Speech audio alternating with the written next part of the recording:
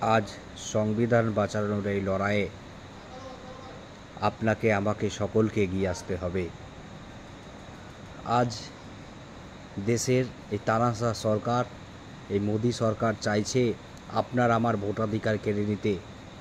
তাই তারা এসআইআর নামে আমার আপনার নামটা, আমার আপনার যারা এই দেশের নাগরিক, আমাদের ভোটে জেতা এই সরকার আবার আমাদেরকে বলছে তোমরা নাগরিকত্বের প্রমাণ দাও। এই সরকার যারা গরিব মানুষের বিরুদ্ধে,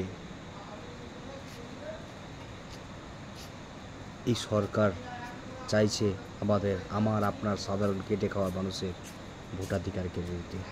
তাই আমাকে আপনাকে সকলকে সচেষ্ট হতে হবে এবং আমাকে আপনাকে সকলকে সচেতন হতে হবে। কারণ সচেতন না হলে আমি আপনি সবাই অনেক সমস্যায় পড়ব। ভালো করে লক্ষ্য করে দেখেছেন বাংলার মুখ্যমন্ত্রী মমতা বন্দ্যোপাধ্যায়ের এই দ্বিচারিতাকে, যে তলে তলে বিজেপির সঙ্গে সেটিং করে চলছে। তিনি একবারও এসআইআর নিয়ে মুখ খুলছেন না। আমার রাজ্যে বিডিও এসডিও সব জায়গায় দেখছি এসআইআর নিয়ে, যেন একটা যেখানে নির্বাচন কমিশনের মাধ্যমে বিজেপি সরকার চাইছে আমার আপনার ভোটাধিকার কেড়ে নিতে। রাজ্য এখন পর্যন্ত নির্বাচন কমিশনের তরফ থেকে যেখানে কোথাও বলা হয়নি যে এই ডেট থেকে শুরু হচ্ছে এসআইআর।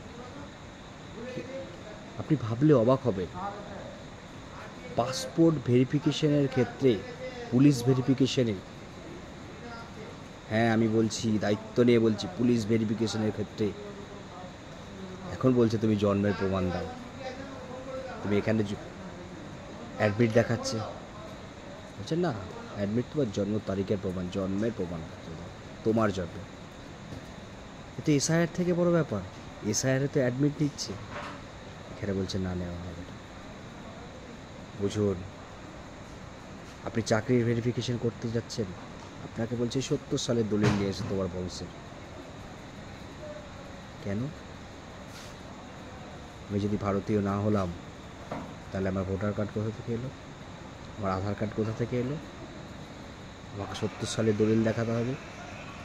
যে লোকটার এখানে বাড়ি নেই, ঘর নেই, ফুটপাতে থাকতো তার বাবা মা, সে ছেলেটা কষ্ট করে চাকরি পেতে পারে না। যাদের নিজস্ব জমি জায়গা নেই, রেলের জায়গায় থেকেছে, অনেক আছে তো এখানে।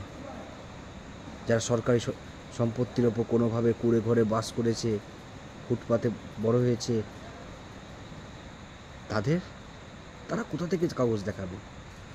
তাদের ছেলেরা কি চাকরি পেতে পারে না? তাহলে তাদের কাছে আপনি চাইছেন পাসপোর্ট করতে গেলে বলছেন জন্মের প্রমাণ দাও, তারা চাকরির ভেরিফিকেশনের জন্য বলছেন প্রমাণ দাও। তারা পাবে কোথায়? মমতা বন্দ্যোপাধ্যায়ের দ্বিচারিতা বুঝুন। এরা গরিব বিরোধী। আজকাল রাজ্যে চাকরি নেই, চাকরির এই বেহাল দশা। তারপরে সেন্ট্রাল গভর্নমেন্টের যে কটা পোস্ট খালি হচ্ছে, সেখানে যদি কোনো ভ্যাকেন্সি বেরোচ্ছে, তাদের বিরুদ্ধে আপনারা এইভাবে ষড়যন্ত্র করছেন কেন? এত ভুল কেন ভোটার কার্ডে, আধার কার্ডে? এরা কি মূর্খরা বসে বসে করে নাকি? মূর্খরা নিশ্চয়ই করে না, শিক্ষিত লোকরা করেছিল। তাহলে এত ভুল সংশোধন করতে গেলে বলছেন আপনি এটা নিয়ে এসো, ওটা নিয়ে এসো। আপনাদের ভুল, আপনারা সংশোধন করবেন, আর আমরা এটা ওটা খরচ করব। টাকা ঘুষ ছাড়া তো কোনো ডিপার্টমেন্টে কাজই হয় না। তাহলে এই অবস্থা যদি চলতে থাকে, তাহলে আমাদের সকলের জন্য অশনি সংকেত। আমরা বুঝতে পারছি না মমতা দিদি হচ্ছে আর সেই আরএসএসের দুর্গা মনে পড়ছে, বিজেপির থেকে বেশি ভয়ঙ্কর। বিজেপির থেকে বেশি মুসলিম বিরোধী, বিজেপির থেকে বেশি সমাজ বিরোধী।